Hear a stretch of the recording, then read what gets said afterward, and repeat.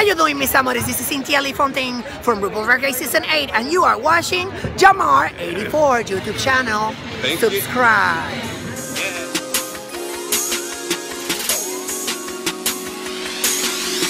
What's going on YouTube? Jamar. What's going on YouTube? Washington. This is Jamar84 here once again. Hey, what's going on YouTube? This is your boy Jamar84 here once again, here to recap this week's episode of RuPaul's Drag Race Season 9. Now, I promise this one will not be nearly as long as the last one because the last one was the first episode.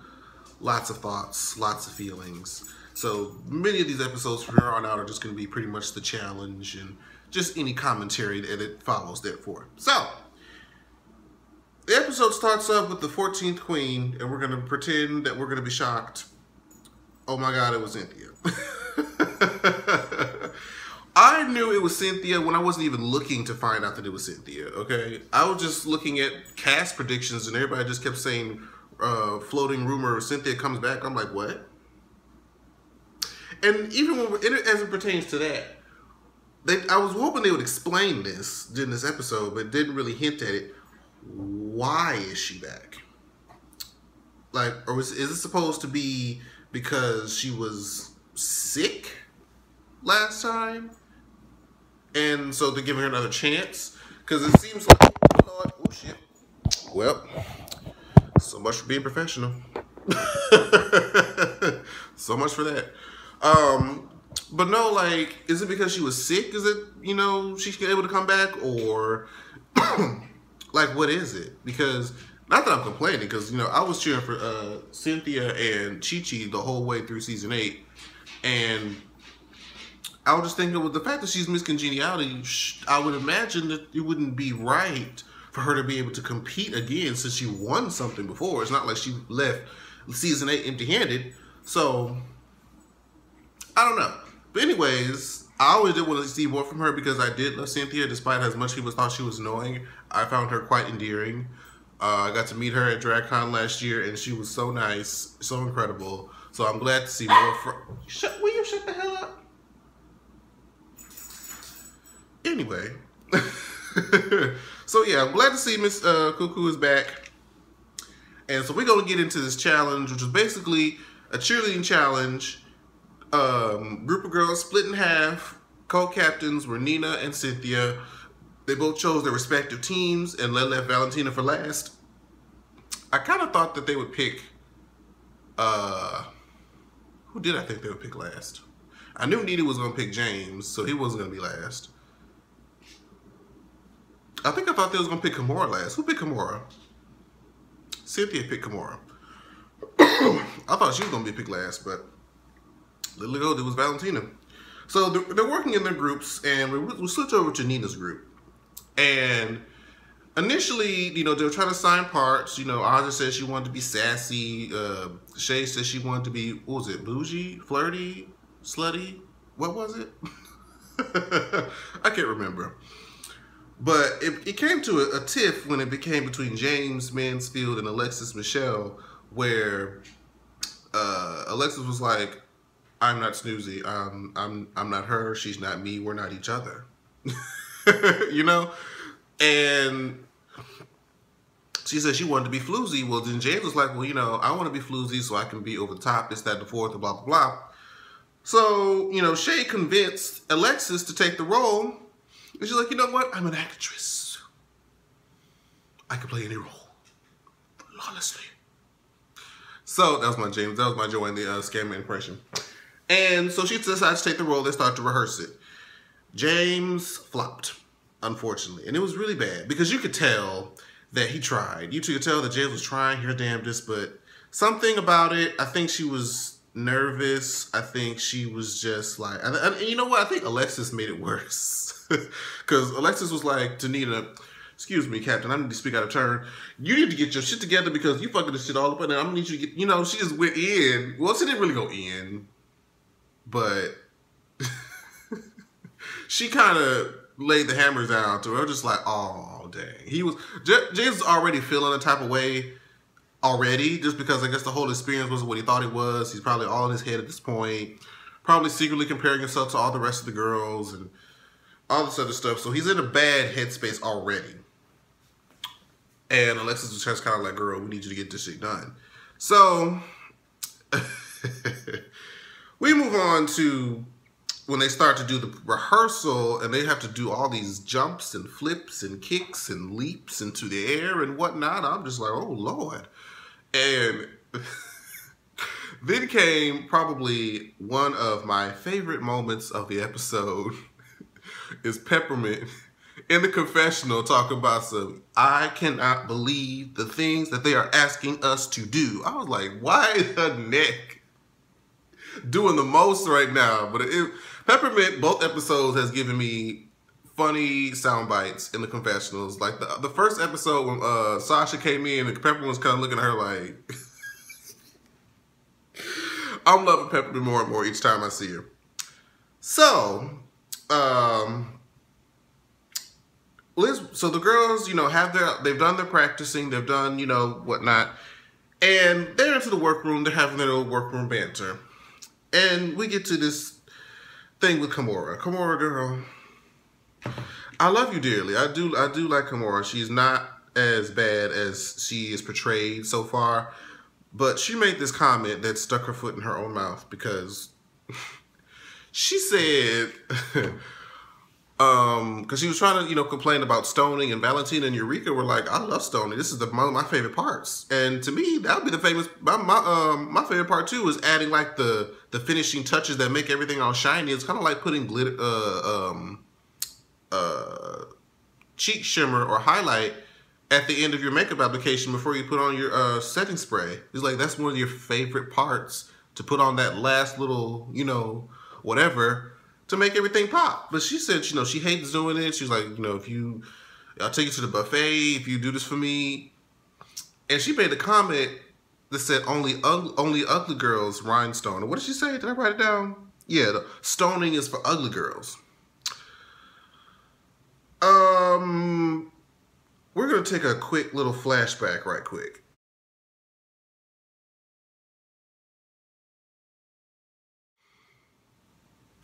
I think you probably should rethink that statement, but okay, Kimora. Next, after Kimora's little debacle, honey, Peppermint is probably tapped by one of the producers to tell her to talk about her cheerleading story, since this is the cheerleading episode. And she mentions a story on how, you know, she was in the locker room with these other girls and they was looking at guys, and I guess the guys overheard them, followed her upstairs and jumped her. And even though that did happen, it was fortunate that she said she was immediately surrounded by like a lot of strangers who were there to support her. The guy was suspended from school and all that stuff. So it was good to see that he didn't just get away with it and everybody else was kind of like co-signing it. It's good to know that she was in an environment that was supportive and did recognize that as wrong. So that was good to see. That was good to hear. And also we got to hear about how Cynthia got made through liver cancer. Trinity shared that she also had people who had liver cancer in her family. And, you know, everybody just kind of embraced the fact that Cynthia overcame this giant health struggle that a lot of people make it through. And she's here back in the race. Everybody loves her. I love her. And so, boom, here we are. Now, it's time for the challenge. Now, Rupaul comes down the runway like she does every episode. And I love the dress, but here's the thing. Was it just me? Or did Rupaul have a shake and go wig on? I don't know. I just, whenever those lights come on and, you know, I see the reflection of light all in whatever word that she's wearing, I look at her from the bottom to the top and all the way up until here, I was living, but then RuPaul's hair is usually very synthetic, big, poofy, blonde, shiny, or is whipped in some weird, odd, asymmetrical shape. But this week it was just down, flat, still kind of bushy, needed to be combed in the back. Like, what's this? This is the first time we see you in drag on season 9, and this is, okay. All right, I'm just saying. I just was a little taken aback by this wig choice by Mama Ru, honey. But anyways, we get to this cheerleading challenge. It was What made this challenge interesting was the fact that it included a lot of stunts. It wasn't so much like the cheers or, you know, the setting or whatnot. It was really just the fact that these queens, none of them are really like cheerleaders, probably except for Peppermint with the background in it. So they're being leaped up into the air and just having to trust that Viacom has good health insurance. Because, baby, Eureka's needle popped out of place. Well, it didn't pop out of place, but she said it did pop, and she was like, "I'm gonna keep on kicking. I'm gonna keep on kicking till this camera get off me, and then I'm gonna probably go in the corner and cry." I wanted to compliment Shay on her acrobatics. I just kept seeing every chance she got, Shay was up in the air. Now, and then I didn't even notice Valentina in the competition until they pointed her out in the critiques later. And I was just like, oh, okay, because she did have that really corny smile on. Like, she was supposed to be the corny character in hers, so it made sense. But my personal favorite part of the of the cheering challenge is this part right here. Miss James, girl.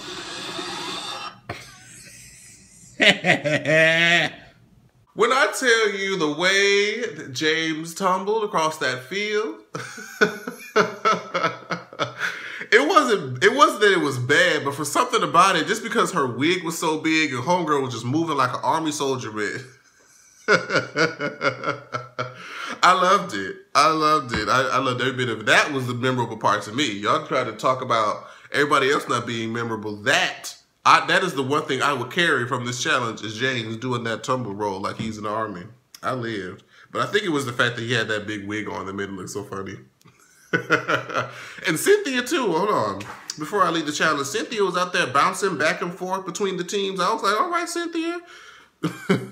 You best come back with a vengeance. So now we get to the runways. Now I'm not going to talk about everybody's runway just because we'd be here forever. And I'm just only going to wrote down the ones that I had like any kind of comment to say. Everybody else was just safe. If that makes sense. Charlie Hides came out looking like the Snow Queen. And I lived. I loved it. That was in the trailer. It really looked good on her. White complemented like the really bright red lip. Great. Sasha Velour had a wig on. That was different. And she had like some pink, not pink, but white and like silver scales across the dress and like a silvery hair. Like it all just went, it was together. Awesome. Aja. Here's what I'm going to say about Aja, because it seems, at least up until this point, it's still very early. It seems that Aja is just not going to give you like complex looks and gowns and runways. It looks like that's just not what you're going to get from Aja. But I think what makes Aja so, you know, enticing and appealing is the fact that whatever she has on, she owns it. She has confidence in anything that she's wearing or doing. And that can make a really big difference as to how somebody views your outfit. Is the outfit wearing you, or are you wearing the outfit?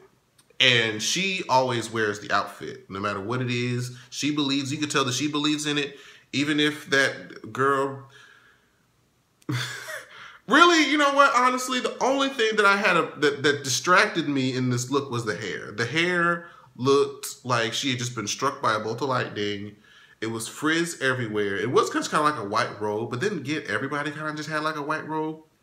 So, but just that hair, the mask part was cute. That kind of gave it like an element of difference. It kind of helped differentiate her from the rest of the girls.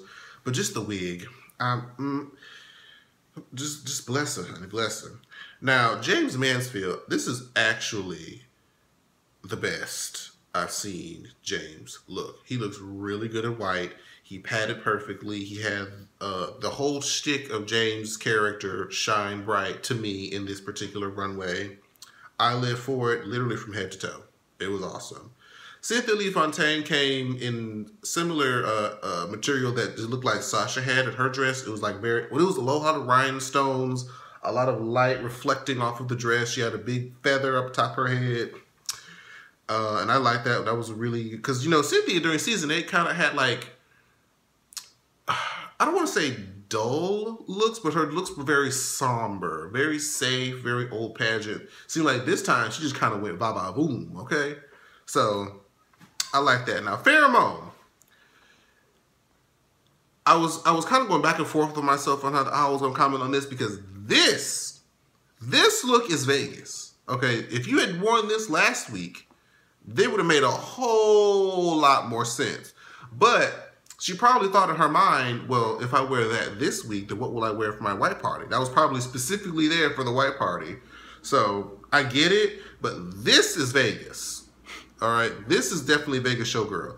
Now, I hope you brought other things other than Vegas Showgirl-esque outfits to wear. So we'll have to wait and see. Trinity Taylor. I actually really liked Trinity's look. It was very eccentric, very different. I was listening to her on her live. She said that she wanted to not just have like a typical pageant dress, which I can definitely appreciate. It was giving me very futuristic. The pants was great. Valentina.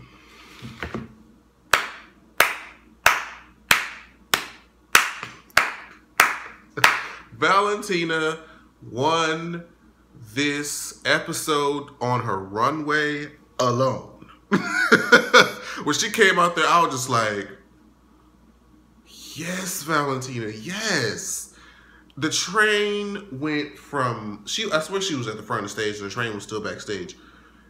I don't know how she got that all the way through and didn't get tangled by nothing, but she looked amazing. She said she was inspired by her parents' wedding, which was so cute and endearing, and I just loved it. She looks completely gorgeous. And I actually just saw Valentina last night, the same night that the episode aired, and I got to see her perform and whatnot.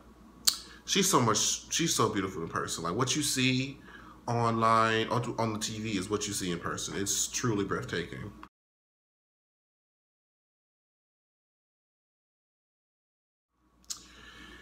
Now that I've gotten the positive out the way, Kimora, sis,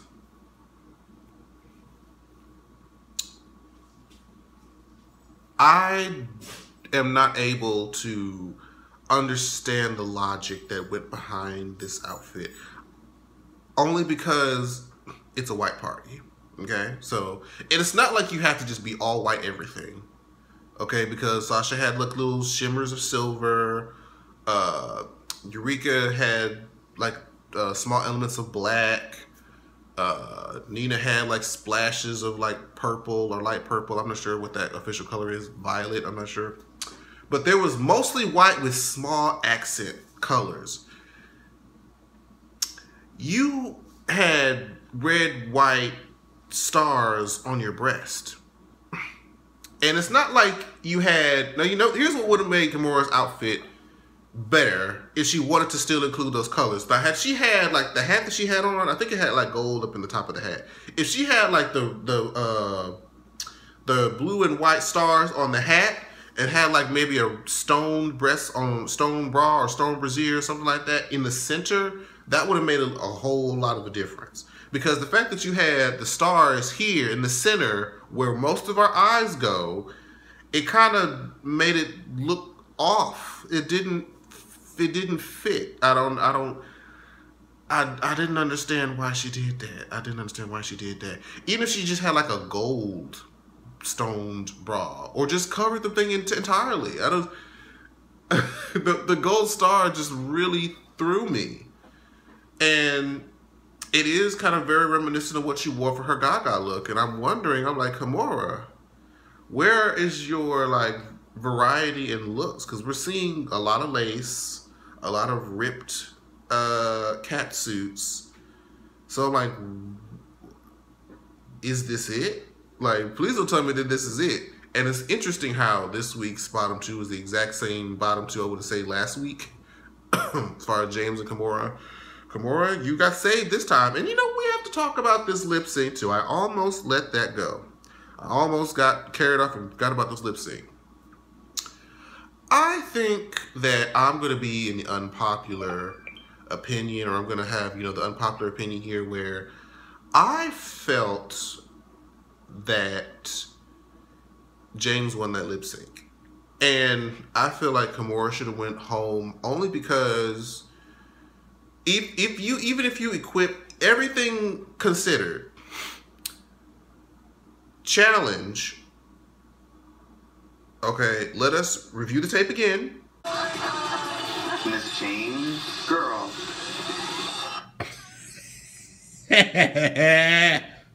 And the only thing that Kimora did was a half-ass tumble in the beginning, and that was it. That was the last time we really ever saw it. Then we get to the runway. James looks incredible to me. Kimora, you know, so and then even with the lip sync, like, James was giving it more camp. And now, mind you, neither one was just over the top and just amazing. But between the two, I was definitely find myself looking more at James, because he was kind of, playing up the shtick a little bit more, and Kimora was being sexy and all this other stuff to Love Shack. Love Shack isn't a sexy song, so you can't really be a sex kitten in the lip sync, because it's not going to make sense. It's kind of like how y'all remember back in season, what was that, 4? Latrice Royale and Kenya Michaels, Natural Woman, when Kenya Michaels up there twirling, ripped her wig off and spinning, and like, no, that's not the song for that. Latrice stood there in one spot and emoted. That's what you're supposed to know where the song was supposed to be coming from. And that just felt like Kimora didn't have any of that going on. She didn't have any type of interpretation of the song, the runway, the challenge. And I felt like she should have went home in this show. But I knew in the back of my mind when they put her in the bottom that they were not going to let her go home, just because I feel like more people want to see more from Kimora than they do James, unfortunately. Even though if there was a score sheet, I feel like James would have higher score than Kimora for this particular episode. But that's neither here nor there. I watched Untucked, and it was very heart-wrenching to see James cry, because you could tell that he really wanted to be there, even though he kind of psyched himself out. And that happens to a lot of us. I do wish him well. I see that he did take full opportunity of this time that he had on Drag Race. James got his merch ready. James continued to do his YouTube channel. I'm sure he's going to probably continue to do other things and other appearances. He's probably going to have a Wow Presents show or features multiple times in the future. I'm sure they'll use him for a lot of stuff, so he'll be fine. But it is sad to see him go, because I did want to kind of see like where he was going to go with this persona in this show. But who knows, child. But yeah, that's the end of the episode. Let me know what you guys think about it. Leave your comments down below. What'd you think of this challenge? Who was your favorite runway? And yeah, that's all I got for you right now. I'm about to go hop in the shower and get ready. I'll see you guys next time. Bye-bye. Like, share, subscribe.